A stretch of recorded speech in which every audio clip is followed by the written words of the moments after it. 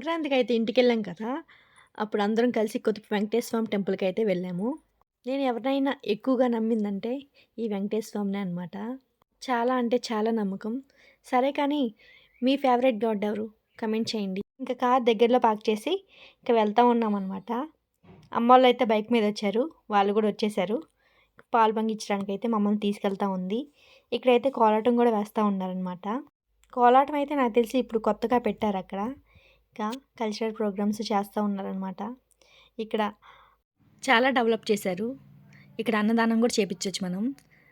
దానికోసం అయితే మనం మనీ అయితే పే చేయాలి. డేట్ కూడా ఫిక్స్ చేయాలి.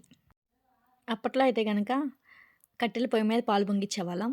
ఇప్పుడంతా అప్డేట్ అయింది కాబట్టి గ్యాస్ మీద పాలు పొంగిస్తున్నాం అనమాట అక్కడ. మా పనిలో మేముంటే ఎత్తికాను మా మామ బెస్ట్ ఫ్రెండ్స్ అనమాట.